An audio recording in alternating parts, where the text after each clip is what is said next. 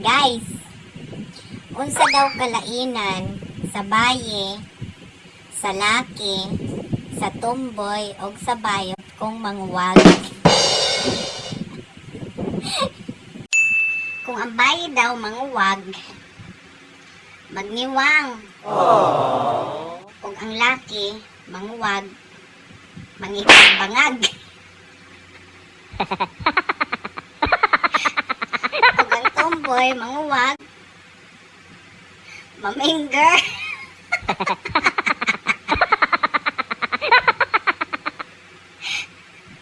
Unya, kung ang bayod ko'y manguwag,